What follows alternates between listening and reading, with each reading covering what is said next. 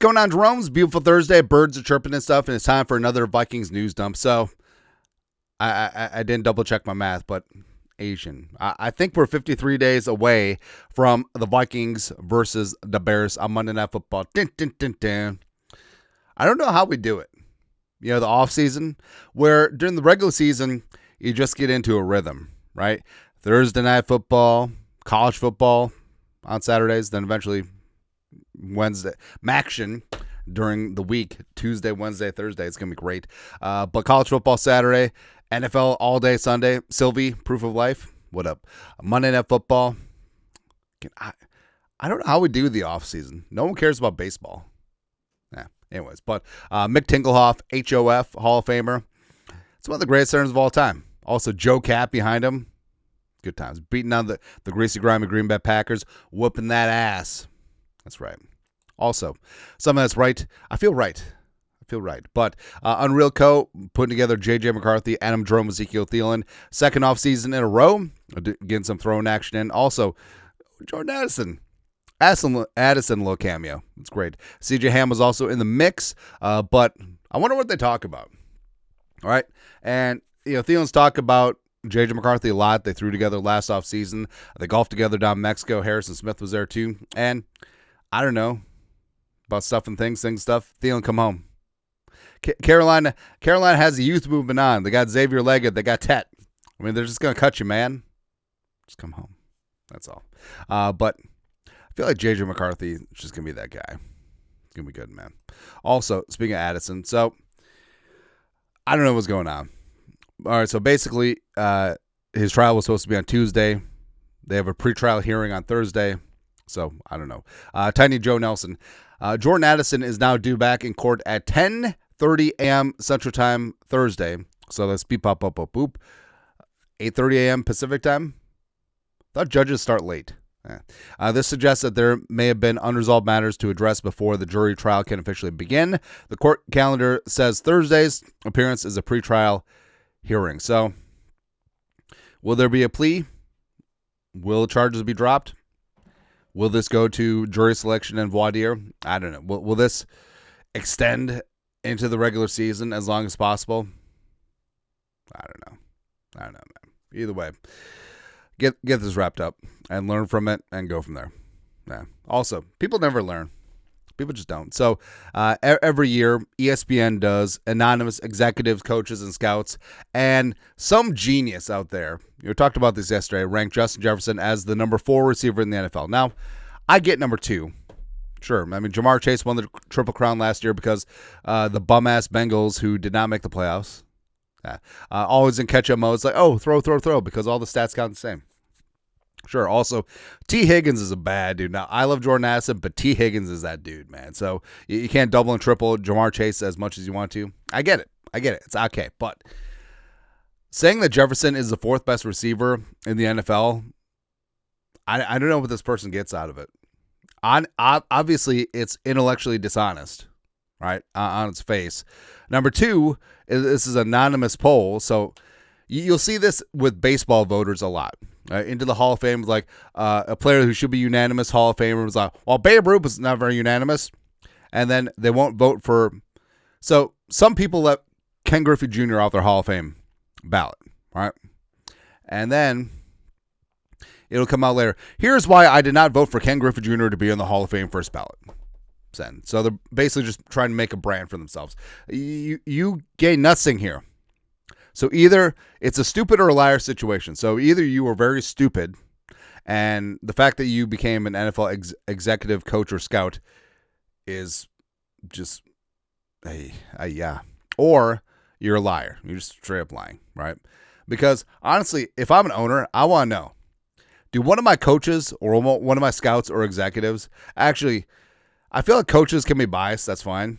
But if you're a scout, if you're an executive, if your job is to evaluate talent and you put Justin Jefferson as your number 4 wide receiver in the game, you should be fired.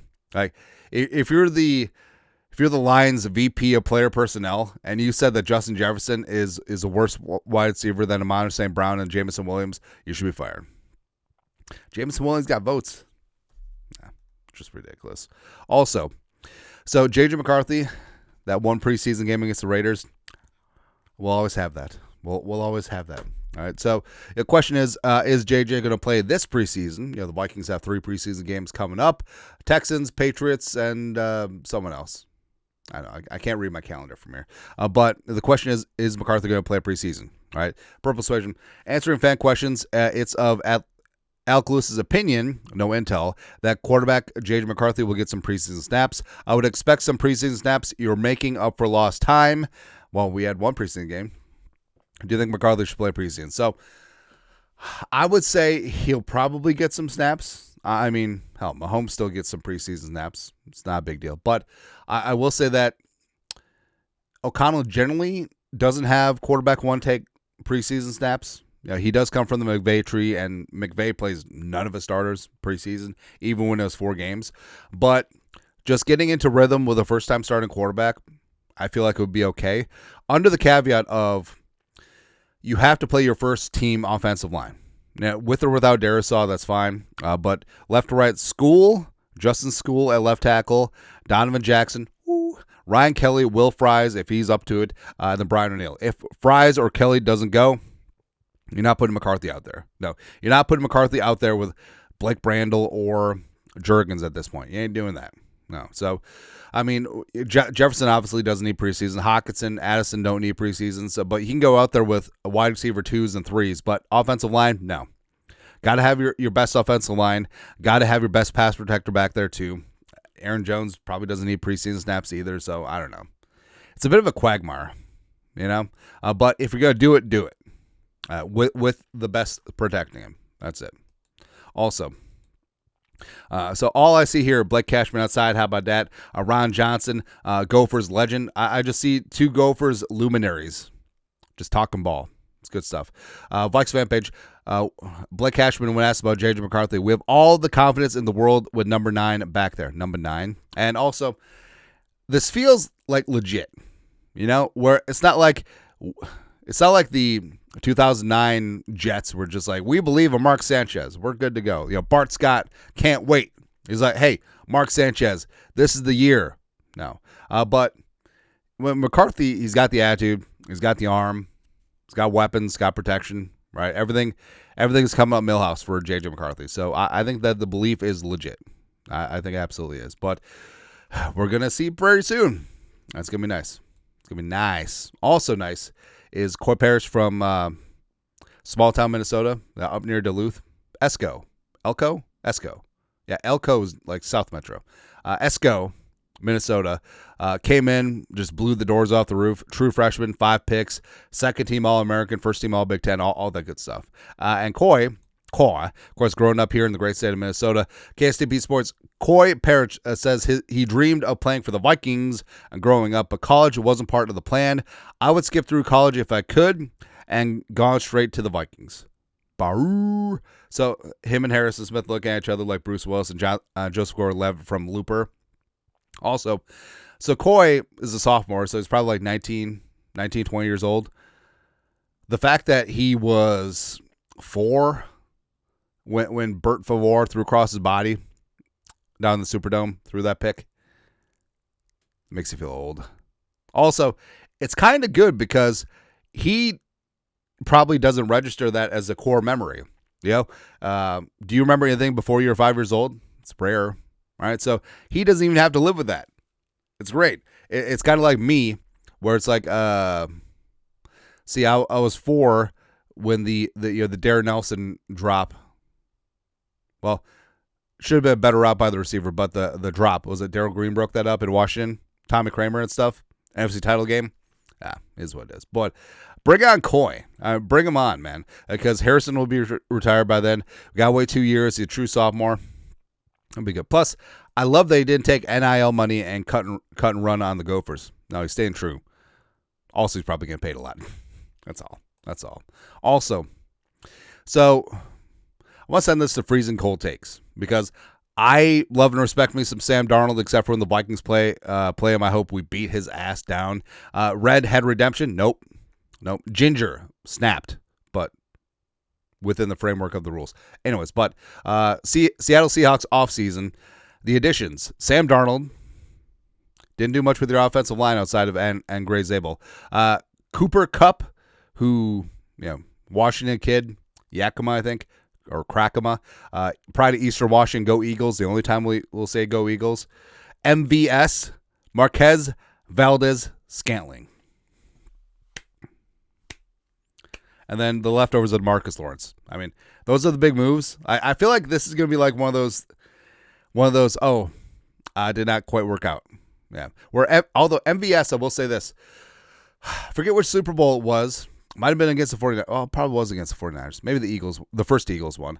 But when he was on the Chiefs, so what we'll do, people watching at the Super Bowl gathering, we'll put some anytime touchdown scoring bets down. And one of them was we go short odds, medium odds, long shot odds. And MVS was just sitting there at 14-1, and he got it done.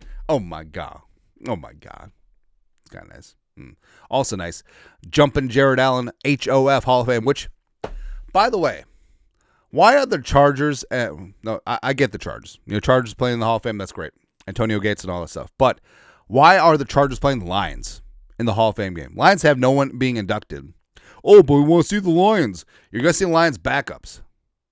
So why do the Lions get the competitive advantage of starting training camp early, getting extra preseason game to get a look at their 90-man roster, when you literally have Jared Allen being elected to the Hall of Fame? It should have been Chargers, Vikings, Hall of Fame game.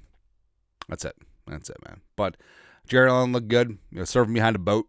It's a new American thing. Wearing the America shorts, all that stuff. He looks good, man.